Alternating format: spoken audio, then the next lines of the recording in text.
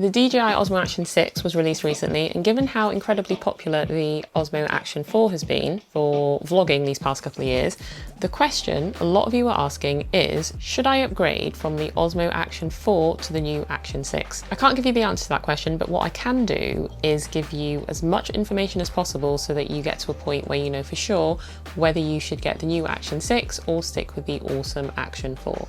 I'm going to highlight features that the Action 4 doesn't have that the 6 does have, because these are features that you may need based on how you want to film. And as always, I'm going to show you loads of comparison footage so that you always get a better sense of which one you prefer the look of. Also, I will tell you shortly which camera is which, but like I say in any comparison video, if you're new, I do this so that you get to judge the camera based on which footage you prefer, rather than any preconceived biases from knowing which camera is which from the get-go. So the first thing to get out of the way before you ask in the comments is, yes, the mounts work across the Action 4 and the Action 6, as do the batteries. So if you've already decided that you want to upgrade from the 4, and I have my thoughts on that which I'll share at the end of the video, so stick around, then you don't need to buy any new extra bits. If you own any of the DJI mics from the 2, the Mini or the 3, then you can also use them with the Action 4 to the Action 6 as well. They will connect wirelessly via Osmo Audio, so there's no receiver needed. However, one of the differences is that the Action 4 can only connect one mic via Osmo Audio, whereas the Action 6 can connect 2 mics wirelessly via Osmo Audio. So if you want to connect 2 with the Action 4, you will need to connect to the receiver. So if you're looking at both of these cameras because you have neither of them, just bear that in mind and just consider, are you filming solo or are you going to be filming with other people? Because the convenience of 2 mics without anything extra is one of those things to add to the list with the Action 6. So before I move on, I am going to tell you which camera is which, because the next part kind of relies on you knowing this. So camera 1 is the Action 4 and camera 2 is the Action 6. Which one did you prefer the look of? Drop a comment. To me, the footage looks very different, so this is one of the things to consider when you're looking to buy either or upgrade from the Action 4. And this is completely subjective because you might prefer the look of one over the other, much like I do. So at this point, I might as well talk about image quality. They both shoot up to 4K for high quality outputs, and they both have the normal color profile where you don't have to do anything to the footage. You just point, shoot, and you can share the footage as it is. Sometimes I do little tweaks, but on the whole, you really don't need to do anything to edit the footage. They both also have D-Log-M, which allows you to shoot flat and then convert the footage to a normal color space after, and then you can also apply a color grade so that you can get a different kind of look to the footage.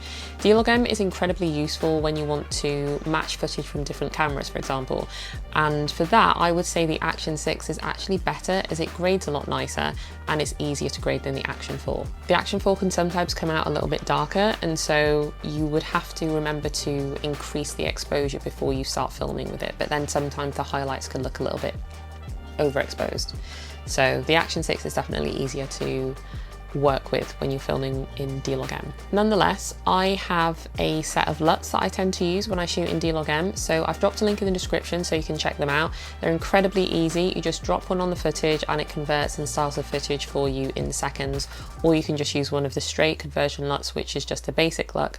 There's no style or anything, it just quickly converts the footage for you. Now, if you're a complete beginner and you just don't understand what I'm talking about at the moment, and you don't know what D-Log-M is, you don't know what color grading is, don't worry, at some point it will become clearer. In the meantime, the Action 6 does have film tones, which are essentially filters that you can apply to the footage in camera, and that look gets baked into the footage. The Action 4 doesn't have this, but you could do something similar after the fact. So in your edit, you could apply some kind of stylized filter if you want to, just over the normal color profile. And you can do the same with the Action 6 as well, but it just has that option to do it in the camera rather than having to do it after. But the benefit of doing it afterwards is that you can choose any style after the fact, or choose not to have a style if you want to. So that is one of the things to consider as well. So the way the footage looks isn't the only difference, they both have different sensors.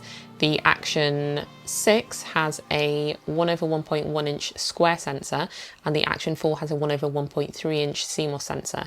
And that basically means even though you can shoot in 4:3 on the Action 4, which is almost like a square if you want to repurpose and slightly reframe your footage later, you have more latitude with the Action 6 at a high resolution, and it is a complete square as well. The difference may or may not be a big deal to you, but for me, I appreciate having the extra room to move around in the frame with the Action 6. The Action 4 actually just enable the low light image enhancement. So the low light image enhancement is on for the Action 4 because it felt like it needed it in the car where I am at the moment. And I'm going to head out. The settings are normal colour, EV meter set to -0.3, auto white balance because I'm going to, what's going on here? Auto white balance because I'm going to be getting out of the car in a second. And it's cloudy, it's not overcast, so the sun's kind of peeking out a little bit. Where are my keys? Got my keys. And yeah, this is what the footage looks like. So this next feature is kind of a big deal for two reasons. The first one being low light. So the Action 6 has a variable aperture from 2 to f4. And what that means for low light over the Action 4 is that you get better quality from the Action 6 in low light, whether you shoot in super night mode, which is a dedicated low light setting, or whether you film in just the regular video mode. Even though the Action 4 doesn't have a dedicated night mode, it does have a low light image enhancement setting that you could set to auto, and then before you hit record, if the camera detects it's in low light, it will enable it. And while this works well in some situations, you're just not going to get better quality in low light than the Action 6 because of its bigger sensor and its wider aperture. And so what you'll notice most is that there's a lot less noise in the Action 6 image, and the micro jitters are barely there, and sometimes just not even there at all, depending on the light levels.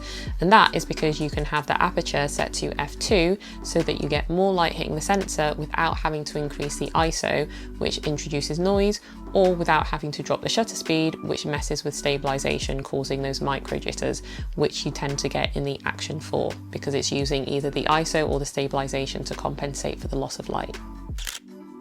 So the other reason why the variable aperture might be a big deal for you is because mainly with when you pair this with the macro lens is because you can get a shallow depth of field. So if you don't want everything in focus and you want to shoot some B-roll, or you want to get closer to a subject, you want to have a slightly blurrier background, then being able to drop the aperture down to f2 whilst you're using the macro lens actually does work.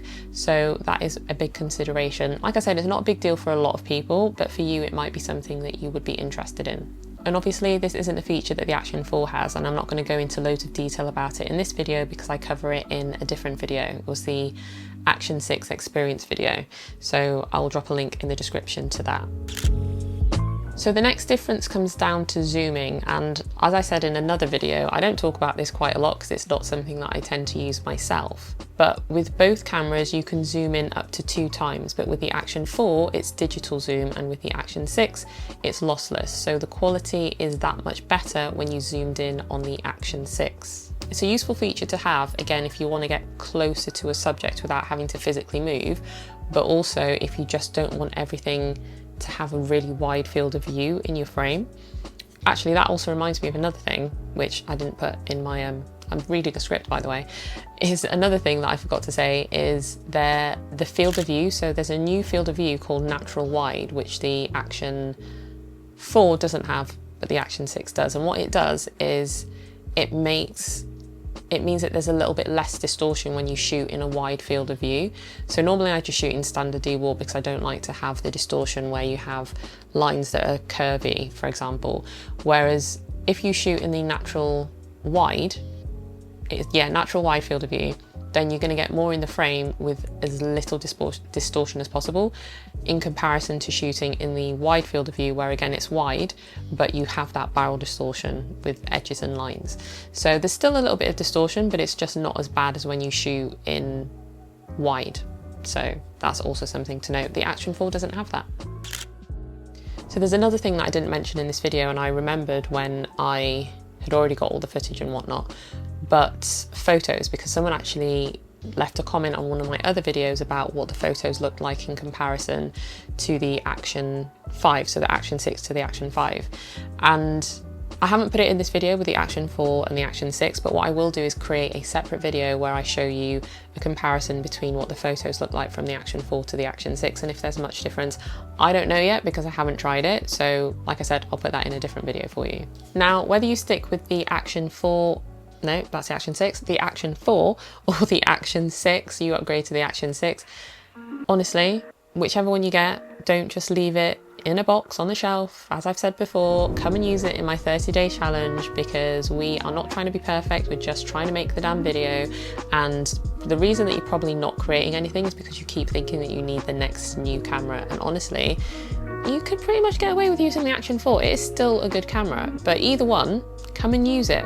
Come and make some damn videos every single day, one short video per day. No overthinking. I give you everything that you need. All you have to do is open your email, see what you need to film that day, and go and film it. And you can literally do it in a lunch break. It's not going to take you, it shouldn't take you longer than a lunch break, because I've set it up so it is very quick. So there are no excuses, and there is also a 24/7 community, lots of support, lots of encouragement, and it's just incredibly friendly. So there really is no excuse. Just come along, come and make a damn video with the camera that you already bought or are about to buy, Action 6, and yeah, just don't leave it on a shelf. Come and make some videos. So I've dropped a link in the description to my 30-day challenge. It's completely free, by the way, so again, no excuse. And I've dropped a link in the description to the Action 6 and the Action 4, because if you do use those links, they help out my channel, which I am incredibly grateful for, so I thank you in advance. And I hope the video was useful. If it was, do give it a like, and I'll see you on the next one.